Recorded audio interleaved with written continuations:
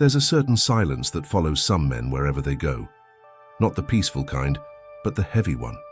The kind that echoes off empty apartment walls, lingers in half-finished text messages, and hides behind the polite smile of a man who says, "I'm fine." You might see him at the gym working in silence. You might pass him at work, reliable, focused, polite. You might even envy his apparent calm. But behind that calmness, there's a story few ever ask about. Because most people don't realize that a growing number of men today have no real friends. Not drinking buddies, not co-workers, not acquaintances who text once a year. Real friends, you're the kind who show up, who listen, who see you. Loneliness in men is becoming one of the most silent epidemics of our time. Studies show that more than 1 in 5 men report having no close friends at all, and that number keeps rising every decade. Yet the statistics barely scratch the surface. Because the truth isn't only about how many friends a man has, it is about why so many men find themselves alone, even when surrounded by people. This essay isn't about pity, it's about understanding. Because when a man withdraws, when he stops reaching out, when he convinces himself that solitude is strength, it's not just a choice, it's psychology in motion, it's defense, survival, and silent pain colliding. So, what really happens in the mind of a man who has no friends? How does isolation shape his identity, his emotions, and even his sense of masculinity? And perhaps the hardest question of all, what would it take for him to trust connection again? Let's go deeper. It starts young. Boys aren't told not to feel, they're told not to show it. They learn early that emotional expression equals weakness, that tears, vulnerability, and dependency are traits to be buried, not shared. In schoolyards and locker rooms, the phrase "man up" becomes an invisible rulebook. A boy learns that the safest way to survive socially is to stay strong, silent, and self-contained. And as years pass, the walls he builds around himself become his personality. Psychologists call this restrictive emotionality, a pattern where men suppress emotions because of internalized masculine norms. Over time, this suppression disconnects them not only from others, but from themselves. By adulthood, friendship feels unfamiliar, even unsafe.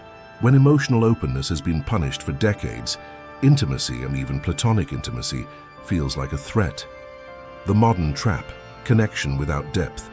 Today, men have more ways to communicate than ever, yet many feel more isolated than any generation before.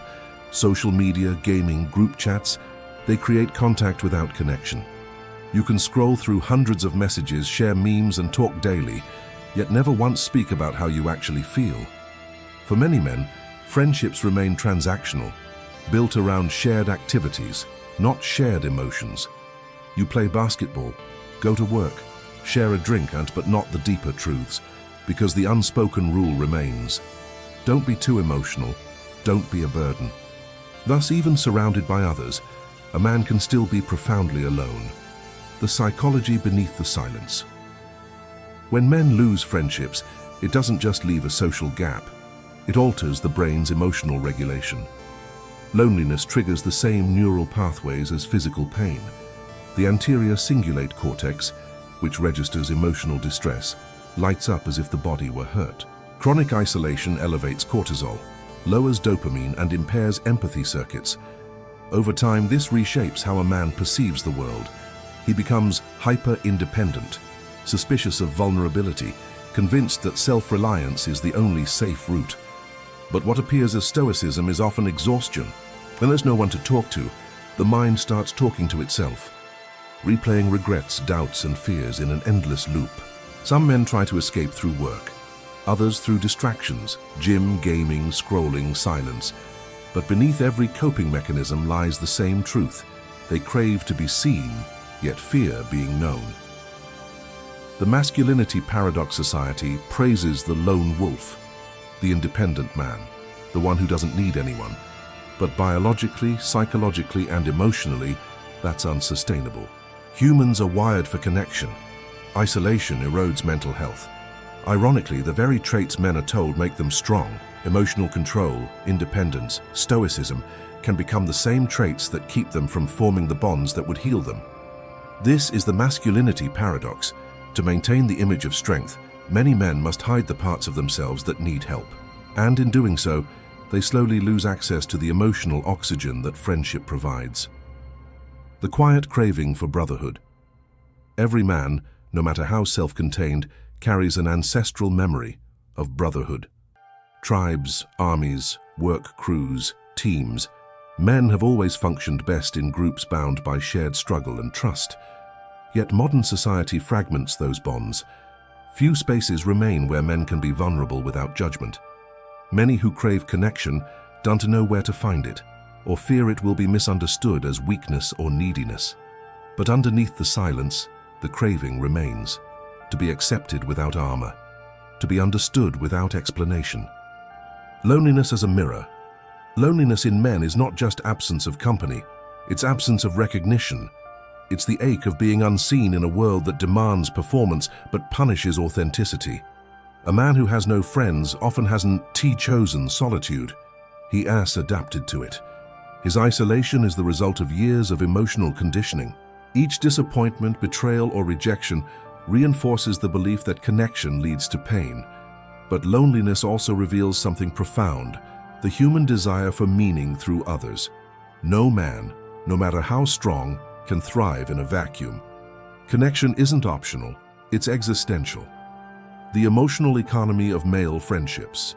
In modern masculinity, emotional expression is often reserved for romantic partners. This places immense pressure on relationships because one person becomes the sole source of emotional support. But historically, male bonds were sacred. Soldiers trusted one another with their lives. Farmers helped rebuild each other's barns after storms. Men depended on each other, physically and emotionally. When society dismantled those communal structures, men were left without emotional scaffolding. The result is a generation that knows how to build careers, but not connections. Healing through authenticity. The way forward isn't about forcing men into emotional openness overnight. It is about safety. For a man to share, he must first feel safe enough to be real. That safety comes not from pity, but from empathy, from spaces where men can exist without judgment.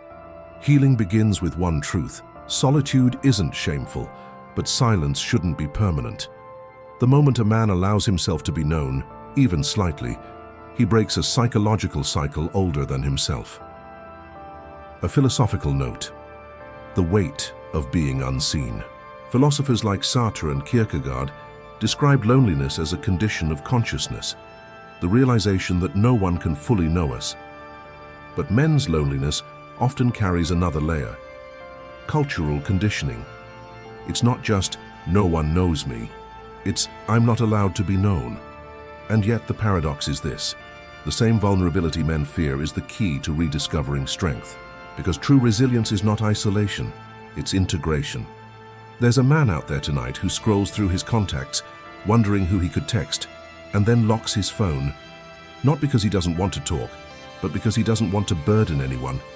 He'll convince himself he's fine, that he prefers silence, that he doesn't need anyone, but deep down he knows silence isn't peace, it's just quiet pain. If you're that man, this isn't judgment, it's recognition. You don't need a crowd, you just need one person, one honest connection to remind you that you still belong to the world. Because friendship isn't childish, it's human. It's what keeps the mind soft, the soul alive, and the heart from hardening into stone. The truth is, the strongest men aren't the ones who stand alone. They're the ones who know when to reach out, when to speak, when to let someone in. And maybe that's where real masculinity begins.